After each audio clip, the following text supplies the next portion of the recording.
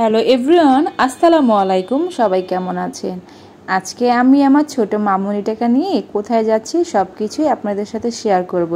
তার আগে কে কোথা থেকে ভিডিওটা দেখছেন অবশ্যই একটা লাইক কমেন্ট শেয়ার করে দিবেন। আজকে আমার মেয়ের বয়স 14 দিন, আর 14 দিনের মাথায় নাকি প্রথম টিকা দিতে হয়। যাই হোক, ওকে কিন্তু প্রথম টিকা দিতে হসপিটালে নিয়ে আসছি, সাথে করে ওর বাবাকেও নিয়ে আসছি, কারণ আমি ভয় পাই, একা সাহস পাই না। টিকা কিন্তু দেয়া শেষ, ও কিন্তু অনেক কান্নাকাটি করছে। ওর বাবা ওকে নিয়ে বসে আছে শান্ত করার জন্য। যাই হোক, টিকা দেওয়া শেষ করে আমরা মিষ্টির দোকানে চলে গিয়েছি। যেহেতু আমাদের বেবি হয়েছে, কাউকে তো মিষ্টি খাওয়ানো হয় নাই, সেই উপলক্ষে মিষ্টি কিনতে আসছি। তো ওর বাবাকে নিয়ে আসছি, ওর বাবাই দেখাই দিচ্ছে যে কোনটা কোনটা নিব। আসলে আমরা যেহেতু মধ্যবিত্ত মানুষ, আমাদের সামর্থ্য অনুযায়ী সবকিছু করতে হয়। এই যে মিষ্টি কিনে বাসায় চলে আসলাম, আর এইখানে কিন্তু 3 কেজি মিষ্টি কিনেছি। এর আগেও কিন্তু আমার বাবা মিষ্টি কিনে আমার আত্মীয় স্বজন যারা ছিল তাদেরকে দিয়েছে, আর আমার বাবা তো আত্মীয় স্বজনদেরকে দিয়েছে। আর আমি হচ্ছে এগুলো আমার বাসার উপরে নিচে কিছু লোকজন আছে তাদেরকে দিব, বন্ধু বান্ধব আছে, চীনা পরিচিত কিছু মানুষ আছে তাদেরকে দিব। তো এই যে মিষ্টিগুলো সব খুলে নিচ্ছি, কারণ ছোট ছোট বাক্সে এই মিষ্টিগুলো আমি ভরে দিব, যেহেতু একজনের বাসায় একটু দূরে দূরে, তো ওই বক্সে করে দিলে একটু সুন্দর লাগে দেখতে।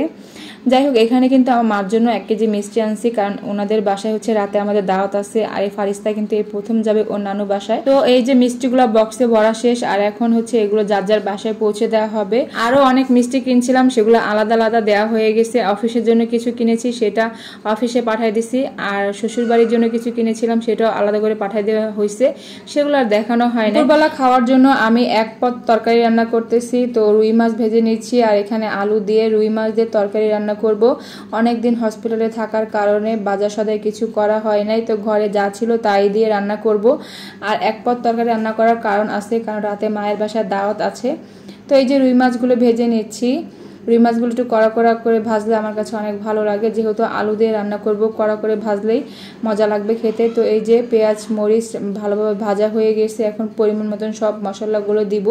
আলুর তরকারিতে একটু ঝাল ঝাল হলে কিন্তু খেতে ভালোই লাগে। এই ভিডিওটা অনেকদিন আগের করা গাইস, দেরি করে আপলোড করছি, কারণ ছোট বেবি আছে, হাতে সবকিছু করতে হয়। ভিডিও এডিটিং, ভিডিওতে ভয়েস দেওয়া, তারপর ভিডিও আপলোড করা, সবকিছু কষ্ট হয়ে যায়, যেহেতু আমার হেল্পিং হ্যান্ড নাই।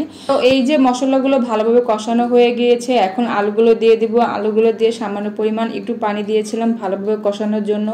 তো এই যে কষানো হয়ে গিয়েছে, এখন তরকারিতে পরিমাণ মতন ঝোল দিয়ে দিয়েছি। আর ঝোলটা একটু বলক ওঠার পরে আমি মাছগুলো দিয়ে দিলাম। মাছগুলো দেওয়ার পরে আমি একটু ঢিম আঁচে রেখেছি তরকারির ঝোলটা একটু ঘন হওয়ার জন্য, আর আলুগুলো ভালোভাবে সেদ্ধ হওয়ার জন্য।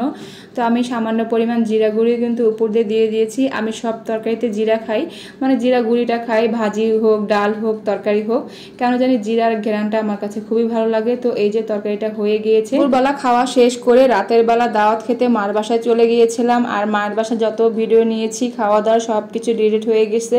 তো আজকের মতন এখান থেকে বিদায় নিচ্ছি। সবাই ভালো থাকবেন, সুস্থ থাকবেন, আল্লাহ হাফেজ।